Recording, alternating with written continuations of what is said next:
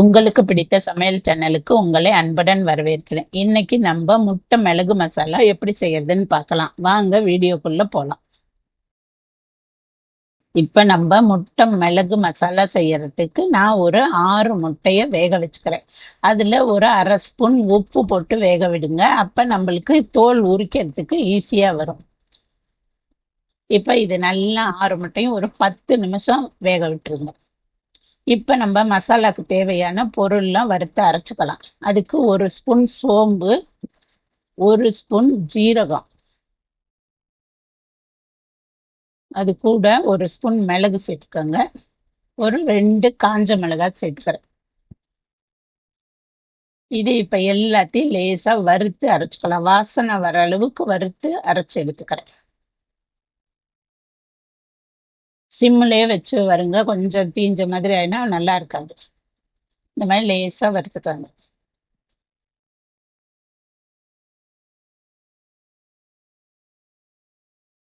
வாசம் வர அளவுக்கு வறுத்தா சரியா இருக்கும். அந்த அளவுக்கு போதும், பார்த்துக்கோங்க. இப்ப நம்மளுக்கு இந்த அளவு வறுத்தது சரியா இருக்கு. நான் எடுத்துக்கிறேன். இதை எடுத்து ஆற வச்சிருவோம். இப்ப நான் மிக்சியில வந்து ஒரு 2 தக்காளி கட் பண்ணி வச்சிருக்கேன். அதையும் அது கூட ஒரு 2 பச்சை மிளகாய் சேர்த்து நல்லா பேஸ்டா அடிச்சு எடுத்துக்கலாம். இப்ப ஒரு கடாய் வச்சு அதுல 3 ஸ்பூன் எண்ணெய் ஊற்றிக்கோங்க.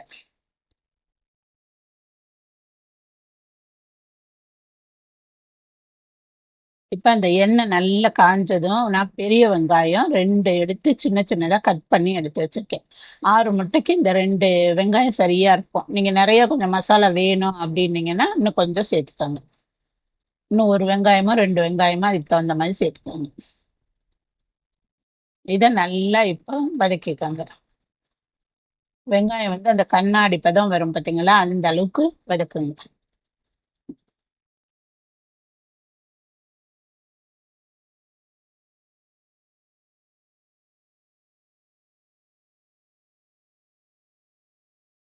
இப்ப இந்த அளவு வந்ததும் 1 ஸ்பூன் இஞ்சி பூண்டு பேஸ்ட் சேர்த்துக்கலாம். இதையும் இது கூட சேர்த்து நல்லா வதக்கிக்கலாம். கொஞ்சம் சிம்மில் வச்சு கொஞ்சம் நல்லா வதக்கிக்கலாம்.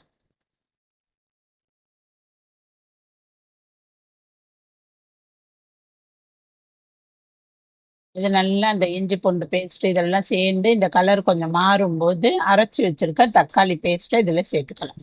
இதையும் இப்போ இது கூட சேர்த்து நல்லா வதக்கிக்கலாம். இப்போ அதுக்கு தேவையான மசாலா போட்டுக்கிறேன். 1 ஸ்பூன் மிளகாத்தூள் சேர்த்துருக்கேன், தனி மிளகாத்தூள். 1 ஸ்பூன் மிளகுத்தூள் சேர்த்துருக்கேன். 1 ஸ்பூன் ஜீரகத்தூள் சேர்த்துருக்கேன். இப்ப நம்ம வறுத்து அரைச்சு பொடி பண்ணி வச்சிருக்கோம் பார்த்தீங்களா, அதை வந்து 1 ஸ்பூன் இல்லை ஒரு 1.5 ஸ்பூன் சேர்த்துக்கோங்க. உங்க காரத்துக்கு தகுந்த மாதிரி. 1 ஸ்பூன் மல்லித்தூள் சேர்த்துக்கோங்க. 1/2 ஸ்பூன் மஞ்சத்தூள் சேர்த்து இப்ப இது எல்லாத்தையும் சேர்த்து நல்லா வதக்கிக்கலாம். இந்த பச்சை ஸ்மெல்லு போற அளவுக்கு இந்த வெங்காயத்துலையும் தக்காளில இந்த பேஸ்ட் ஏறுற அளவுக்கு நல்லா வதக்குங்க.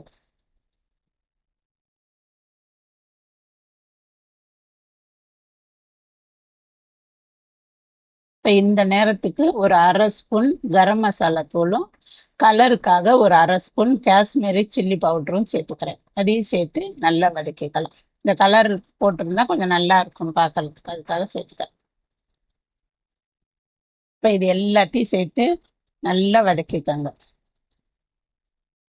இப்ப நம்ம தக்காளி அடிச்சு வச்சிருந்தோம்ல, அந்த மிக்சியிலேயே தண்ணி கொஞ்சம் கலக்கி ஊத்திக்கோங்க. நல்லா ஒரு 1/2 டம்ளர் தண்ணி சேர்த்து கழுவி ஊத்திக்கலாம். இது நல்லா இப்போ இதுக்கு தேவையான உப்பு சேர்த்துட்டு நல்லா கலக்கிட்டு கொதிக்க விட்டுக்கலாம். ஒரு 5 நிமிஷம் மூடி போட்டுட்டு சிம்மில் வச்சிருங்க. இப்போ மூடி திறந்து பார்க்கும்போது நல்லா எல்லாம் கொதிச்சு எண்ணெய் எல்லாம் பிரிஞ்சு நல்லா வந்திருக்கு பாருங்க. இந்த அளவுக்கு கொதிச்சிருந்தா சரியா இருக்கும். இந்த அளவுக்கு தொக்கு மாதிரி வெந்ததுன்னா தான் கரெக்டா இருக்கும் நமக்கு. இப்ப வந்து நம்ம வேக வச்ச முட்டைய நல்லா தோலை உரிச்சிட்டு இந்த மாதிரி 2 2 கட் பண்ணி எடுத்து வச்சுக்கோங்க. இது மாதிரி பார்த்து கரெக்டா கட் பண்ணிக்கோங்க. எல்லா முட்டையும் 2 கட் பண்ணி எடுத்துருங்க.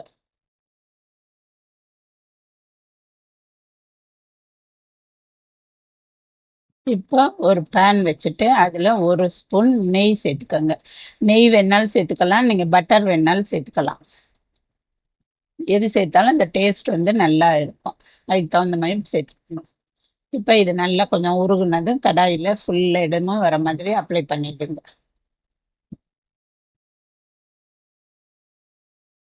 கொஞ்சமாவே போட்டாலே போதும், ரொம்ப சேர்க்க வேண்டாம். அந்த லைட்டா அந்த வாசத்துக்காக தான் போடுறது.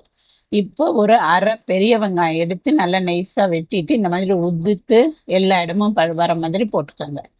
இந்த மாதிரி எல்லா இடத்துலையும் போட்டு வச்சுடுங்க. லேசா கொஞ்சம் அதுல அந்த நெய்ல சேர்த்து வதக்குற மாதிரி வச்சிடுங்க. இப்ப அந்த இதுல கொஞ்சம் நேரம் ஆனதும் அதுக்கு மேல வந்து நம்ம வெட்டி வச்சிருக்க எல்லா முட்டையும் இப்படி அடுக்கிக்கலாம்.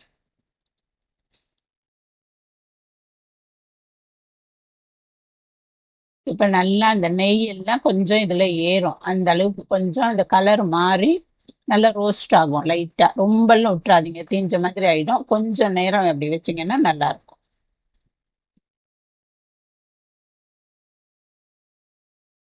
இப்படி கொஞ்ச நேரம் நல்லா அப்படி நவுத்தி விட்டுட்டு இப்ப இதை மெல்லமா திருப்பி விடுங்க. இந்த சைடும் கொஞ்சம் அந்த கலர் எல்லாம் மாறுற மாதிரி லைட்டா அந்த நெய்ல போட்டு அந்த பிரட்டி எடுக்கும்போது அது நல்லா இருக்கும். இந்த கிரேவில சேர்க்கும் போது இந்த மாதிரி திருப்பி விட்டுக்கோங்க எல்லா முட்டையும்.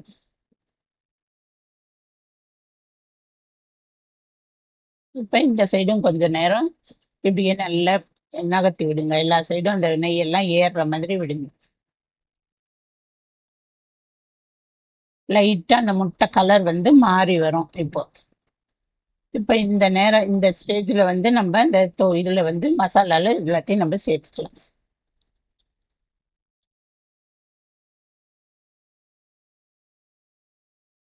இப்ப இதெல்லாம் மெல்ல பொறுமையா தள்ளி விடுங்க.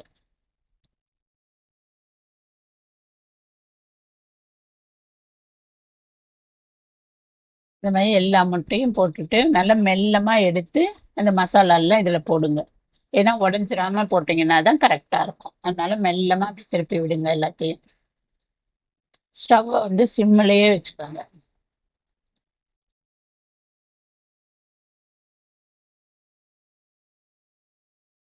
இந்த மாதிரி எல்லா மசாலாவும் அந்த முட்டை மேல படுற மாதிரி எடுத்து போட்டுட்டு நல்லா லைட்டா கிளறி விடுங்க. உடையாம கிளறி விடுங்க, அப்பதான் நல்லா இருக்கும். இது வந்து சாதத்தோட பிசைஞ்சு சாப்பிடும்போது ரொம்ப டேஸ்டா இருக்கும். இல்ல சப்பாத்தி கூட சாப்பிடும்போதும் நல்லா இருக்கும். இப்ப இதுக்கு மேல கொஞ்சம் கொத்தமல்லி போட்டு நல்லா கிளறி விட்டுடுங்க. இப்படி எல்லா முட்டையிலயும் இந்த மசாலா படுற மாதிரி மெல்லமா இப்படி திருப்பி விடுங்க. ஆனாலும் உடையாம திருப்பி விடுங்க. எப்படி இப்ப முட்டை மசாலா இந்த அளவுக்கு வந்தா சரியா இருக்கும். இப்ப நம்மளுக்கு முட்டை மசாலா ரெடி ஆயிடுச்சு பாருங்க. இத வந்து காலையில பசங்களுக்கு லஞ்ச் பாக்ஸுக்கு செய்யும்போது ரொம்ப ஈஸியா இருக்கும். அது மாதிரி செய்யறதுக்கு நீங்க செஞ்சு கொடுங்க. இந்த முட்டை மசாலாவை நீங்களும் வீட்டுல செஞ்சு பார்த்துட்டு எப்படி இருக்குன்னு கமெண்ட் பண்ணுங்க, லைக் பண்ணுங்க, ஷேர் பண்ணுங்க. மறக்காம சப்ஸ்கிரைப் பண்ணுங்க. நன்றி.